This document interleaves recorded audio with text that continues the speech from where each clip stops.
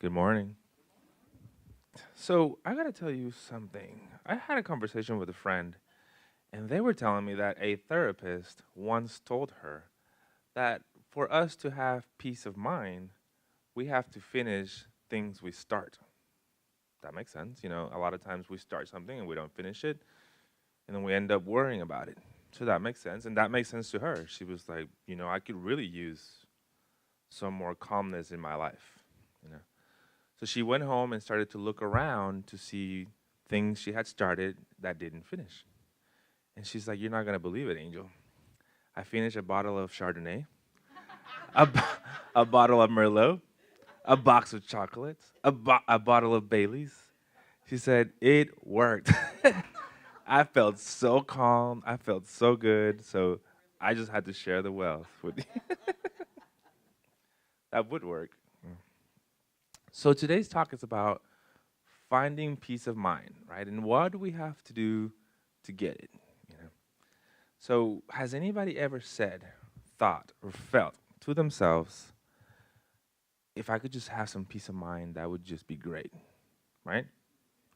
Now, what would be the reason what would be the reason for it? And I have a microphone, so if anybody wants to kind of share with me or have a conversation with me, what was the reason for it?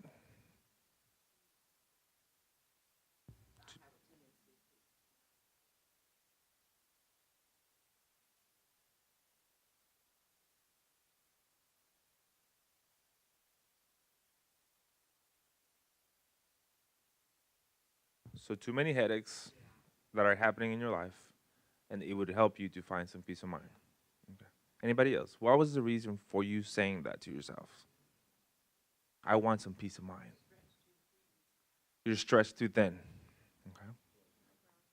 Not grounded. Okay.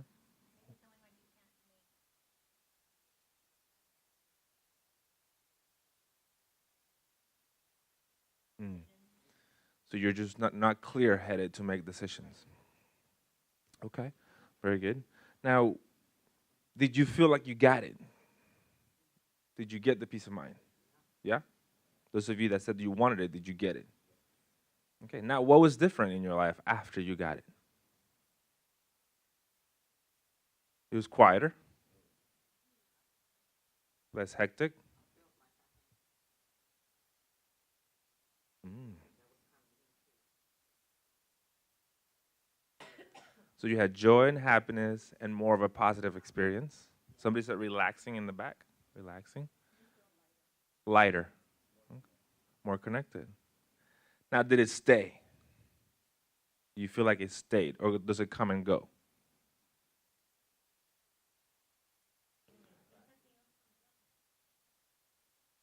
Okay.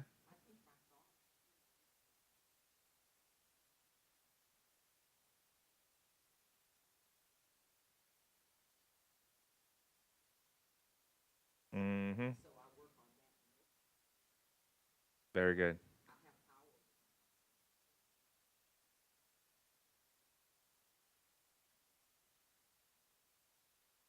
Okay.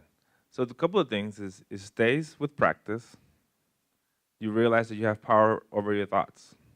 Yeah. And it goes away with practice too. So. Exactly. Anybody else? Those are excellent points. And so you'll notice that we're going to talk about that throughout the talk. Now, a lot of us do say that we do want peace of mind. Okay. But like you said, we don't want to get into the practice or doing what it requires it for us to attain it. It takes discipline. Now, what we're really wanting is to get rid of that those thoughts that just keep bugging us. They keep bothering us, bothering us, bothering us. Making it a little difficult for us to be clear, to be centered, to be connected, and just trying to do that, attempting to go and do that, can be a little bit of a pain, especially if you don't have time, if it's difficult. A lot of people don't want to sit by themselves and be with their thoughts just because, again, those thoughts are just going and going and going. So that could be painful, you know. So what is inner peace? If you were to Google inner peace, you might find this definition. And it says inner peace or peace of mind refers to the state of being mentally and spiritually at peace, with enough knowledge and understanding to keep oneself strong in the face of discord and stress. Okay? That's good. So being mentally and spiritually at peace, what does that mean to y'all? Being mentally and spiritually at peace.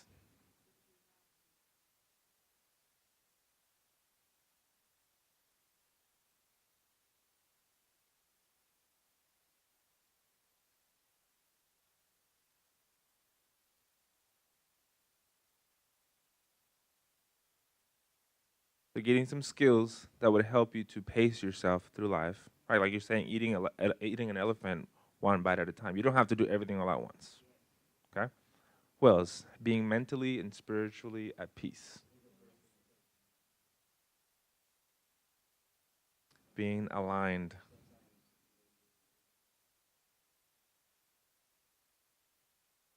hmm So because your mind is racing, you're out of alignment.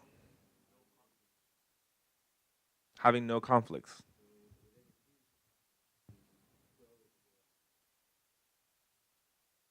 So when you're connected, aligned, and with inner peace, you can see the direction you want to go and go there with purpose. I like that. Clarity, being in sync with your higher self. Those are awesome. Those are awesome. You guys should come up here. Okay, so stillness, silence, creating inner space. Okay? So one of those things that we have to do is we have to be able to simplify our lives a little bit. Like you're saying, we can do everything. We can't do everything all at once. We have to declutter our schedule. Okay? There's things like you're saying connected with purpose. Not everything you're doing is aligned with your purpose. So you don't have to do everything. So those are the things that we have to be willing to do. And sometimes those things are risky. A lot of them are attached to our comfort zone.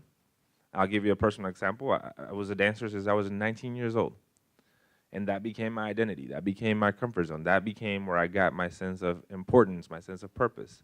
But it wasn't aligned with my true purpose that was connected to my higher self. So saying, I need to just stop doing that. That's not an alignment. And that was scary to me. I was sick for like 30 minutes afterwards. And that wasn't a very long time, but it felt like a long time. I felt like throwing up. It was scary to me. And so that to me was a risk because that's what Angel was, a dancer. What was on the other side of that? I had no clue. It was uncertain. It was unknown. So to the practice of stillness, silence, creating inner space, calming down the mind. So in order to have inner peace, we have to be able to go in, build, develop, and embrace a strong relationship with our inner self. Like Gabriela said, our higher self or our true self. How do we create space? So if you notice in the talk, I labeled it and I left it kind of open-ended. You won't find inner peace of mind until we create inner space. Okay? That's the answer to the question. There was no question, but. So when we sit still, in silence, in self-observation, we're creating inner space. We're creating the practice of inner space. Because what's happening is we're allowing ourselves to make room for our thoughts to navigate. Okay? For the most part, and I'm going to post a picture on this a little bit later, but for the most part, our thoughts are just going. There's no room. There's no space. So by sitting down to observe the mind in self-observation, you begin to slow down the stream of thoughts. Okay? And again, it's a practice. Okay? You could be a professional meditator. You still have to practice, just like a professional NBA player still has to go to practice. You don't get out of practice. You have to go to practice. Now, when you're creating space, in between the thoughts, what you're doing is creating a gap. So we have a thought, boom.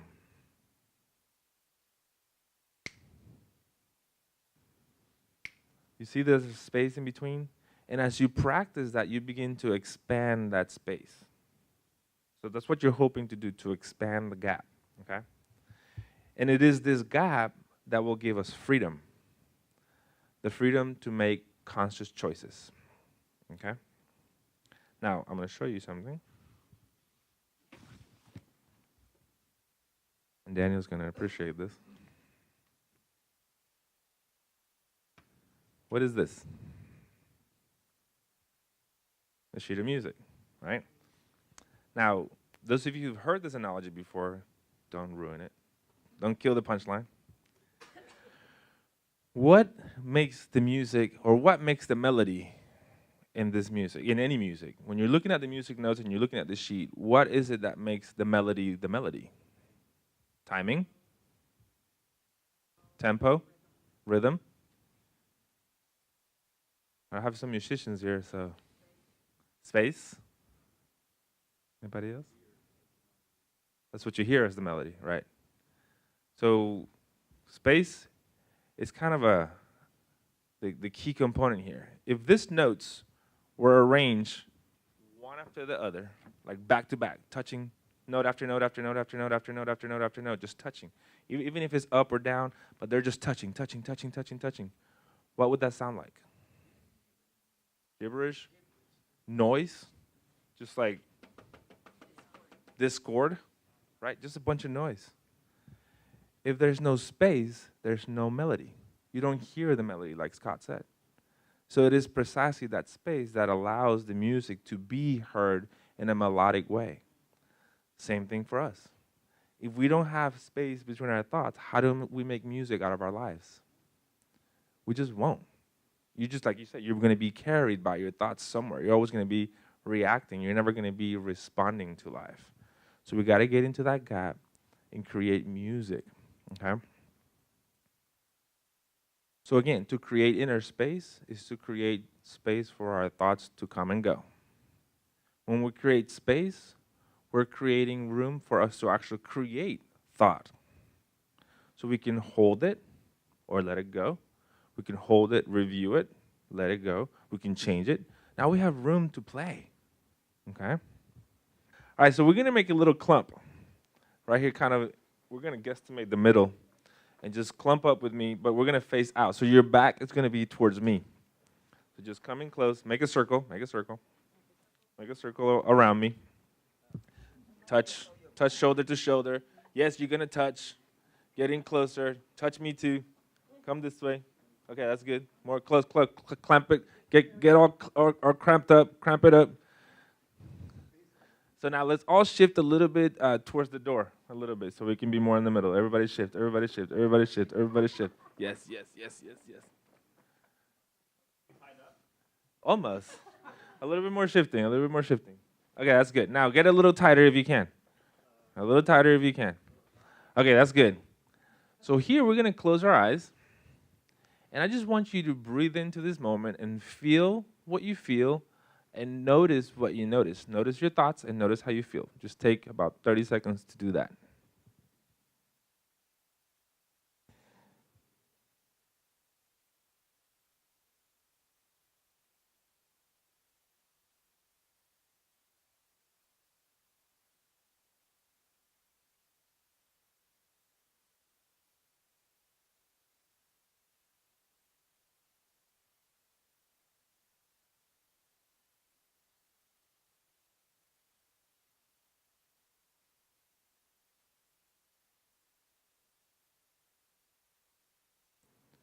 Okay, while you keep your eyes closed and keep your attention within, go ahead and take a half step forward. Now feel what this feels like. Notice your feelings, notice your thoughts. 30 more seconds.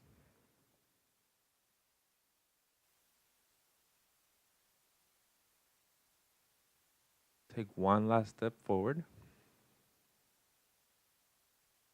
and notice what this feels like. And as you notice and you pay attention to your feelings and your thoughts, keeping your eyes closed, just turn around. Keeping your eyes closed, keeping your eyes closed, turn around.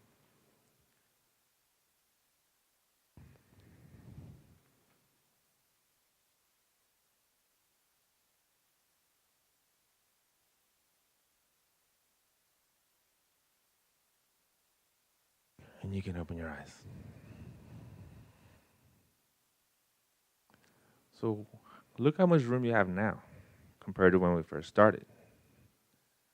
What did it feel like going from the clump to where you are now? Who wants to share? Felt safe, like they were all next to me, so it's like, oh, I feel safe. And then as I was going out, I'm like, okay, there's nobody around me. So it was kind of like a wow. So it felt a little uncertain for you, opening up more. How about you? As we were close, I felt the warmth and it felt nice. And then one step out, I wanted to go back to that warmth. Then another step, you don't feel anything. And all the steps after that, it's like, what does it matter? You know, like, until you took enough, then I was afraid I was going to run into this. Well, I wouldn't have let you do that, but yeah, I get it. So you felt the warmth of being close, and then as you step out, you wanted to go back to that, almost like going back to our comfort zone, in a way. I agree with these ladies. Wow, that's so loud. I sound like that? Mm. Well, I felt like there's safety in numbers, and so we're coming from something where we're safe. Then as we're going out, like we're emerging ourselves into the world, and you have to like take it on yourself. So it's just you now. So don't be scared anymore. I like that. How about you? I felt when we got closer, I felt everyone's good energy and I felt loved. How about when you got further away? Got farther away, I felt cold. It is cold in here. Jamie was saying that. It's freezing in here. And by the way, when we got here, you should have seen this room when we first got here.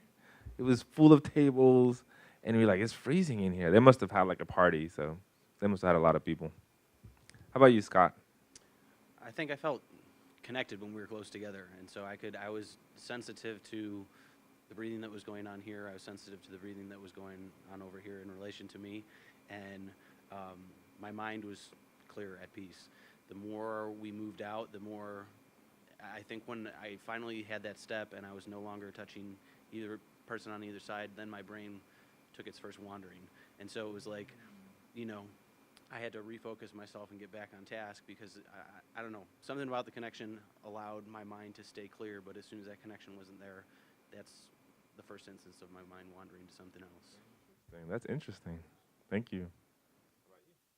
Felt more balanced in the beginning, and like I wasn't gonna fall, and that I felt warm and cozy. And then as we, stepped out further, I felt like, oh, I got to stand on my own, stand up straight, get ready. I gotta stand on my own. What's next? That's good. How about you, sir? Well, Don't sing it. Just. Oh no, you can sing it. Is there a song that could describe this? Phoebe's. I feel with my hands generally. So even though you said don't open your eyes, I had my hand out like this because, like Amanda, I was afraid I was going to run into that wall. So I guess I don't mind going forward as long as I can cheat a little and feel what's coming up. So you don't mind going forward as long as you know what's coming? Yeah, I mean, spontaneous as long as we can practice it, right? I wasn't planning on being spontaneous today, guys. Yeah, there you go. Awesome. How about you, Jamie? I think I would echo a lot of what you guys said about the warmth and the kind of like structure of us being together and it getting a little bit more, scary for lack of a better word when you're coming out on your own and cold, but just physically. But then I kept finding myself being concerned with time. Like how long are we going to stay here? Because I didn't want to be startled. And I don't know. Like I felt like when we were sitting down, there was a theme going through my mind, which is interesting because at least I know my thoughts can at least be in a theme. At least they're not like all crazy. And then my theme over here was time. I was concerned with how much time we were going to spend in each. So I wasn't completely settled until like the last time. Till it ended. Thank you. How about you, Steve? So kind of the same thing with everybody else. The middle was really safe feeling, and the first step was the hardest one. Like like that first step, you feel like close enough, but you can't feel everybody. So just kind of like you do want to go back, and then every step after that actually was more comfortable. So the first step was felt a little lonely actually, and then the one after that was like, oh, you know what, this feels good, like going, and so it was fine. Um, so Well, they say like a journey of 1,000 steps starts with the first one, and the first one is always the hardest. But you created a new comfort zone as you kept going forward. That's good. How about you, ma'am? I started feeling that feeling of snuggliness, being together and rubbing shoulders. But when we took our first step, I started wondering, is my step too big? You know, you said a half a step. I want to try to stay in this circle. You know, that's what I was thinking about. And then as we kept taking our step, then I start thinking, how close am I getting? I even opened my eyes up real quickly. I'm sorry. I didn't think to do it. I just wanted to see, am I getting too close to the chair? So I was preoccupied with those kinds of things, you know. Trying to stay in the circle, wondering if I'm taking too big of a step, and how close am I getting to these chairs, you know? So That's interesting. Thank you, ma'am. Gabriela? Well, when we were shoulder to shoulder, I felt like the body heat, like they were saying, but I noticed that it was like his shoulder was warmer than hers. And I could feel the sync of like, I could feel that a lot of people, not everybody may feel uncomfortable because they were like too close for comfort, if you will. Like I could sense that somehow. But then like I felt like the breathing started kind of sinking, and then it was like a little bit more of a relaxed state at the second half of that very first close part of it. And then when we took the first step, it was like a release, and it was like it's okay. It's like breathing room, if that makes sense. And then afterwards, it's like I could start feeling the air around me. That's the best way I can describe it. Good. Yes, ma'am. I think she was fitting in my vibes because I realized this circle made me real. I realized with this circle I'm claustrophobic. I'm like, everybody talking about comfort. Are y'all serious? I'm over here like, y'all are in my bubble. That's funny. Wow. When you took the first step, like freedom, like really like, ooh, it was Friday, ooh. That's funny. I'm very claustrophobic. That's awesome. Well, I want to thank you guys for doing this with me. I really appreciate it, for being brave. For somebody, like for her, that was a risk, you know? So that was really good. So we can go back to our chairs and we'll finish the talk. Remember, don't walk too fast so Mike can follow us. So there was a lot of different experiences there. And the only thing I would encourage you to do is to just kind of notice how that shows up in your life as you go out there and do things on your own, you know. What I wanted to tell you about that is, and it showed up in some people, you know, it's like, whoa, I'm on my own now.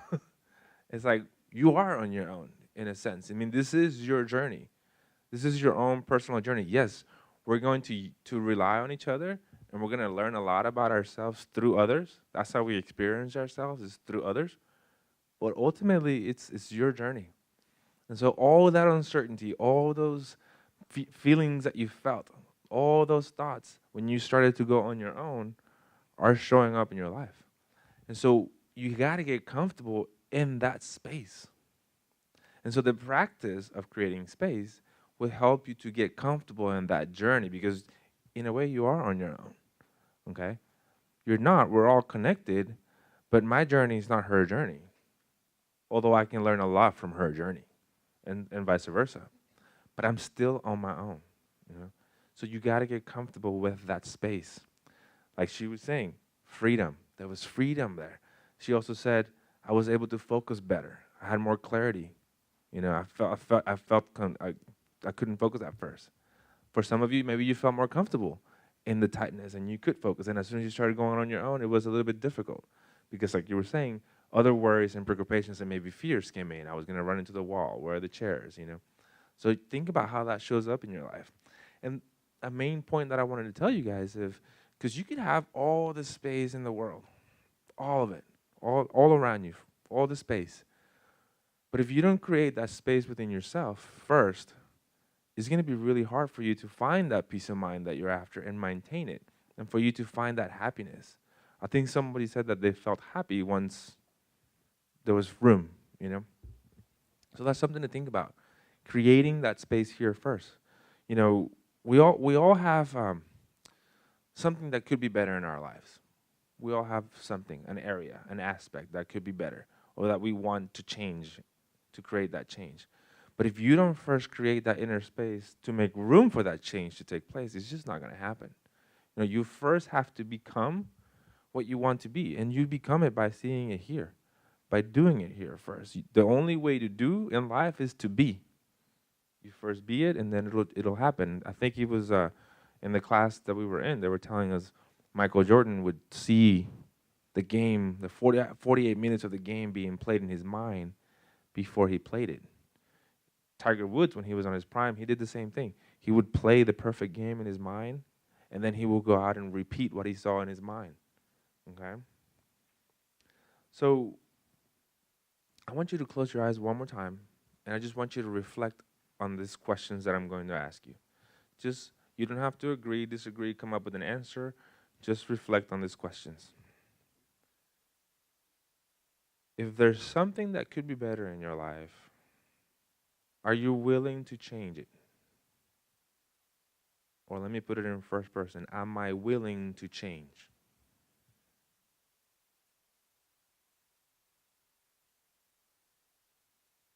Am I willing to change? And just notice what shows up. Am I willing to become more myself?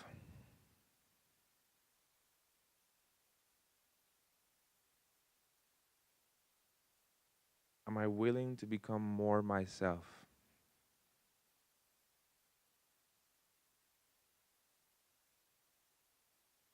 Am I willing to take a risk? However small, however large it may be.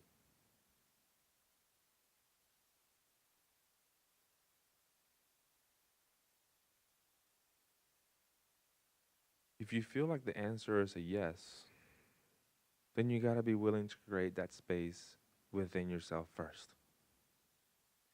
You can't go from the outside in, you got to go from the inside out. Okay? As we begin to make changes in our lives, we tend to make changes in our result, in our experience. We change our environment, our circumstances. In the meantime, we remain the same in our mindset. We remain the same. Therefore, nothing changes. We have to be willing to be the change inside first. And then you'll see the manifestation of that change in your experience, in your result.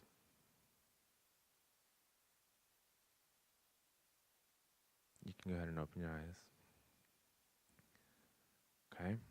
And the last thing I want to share with you guys, and I don't know if you see this, if you saw this on Facebook, I think Gabriella tagged me on it. It was the eagle, the bald eagle, the story of the bald eagle, how the lifespan of the bald eagle.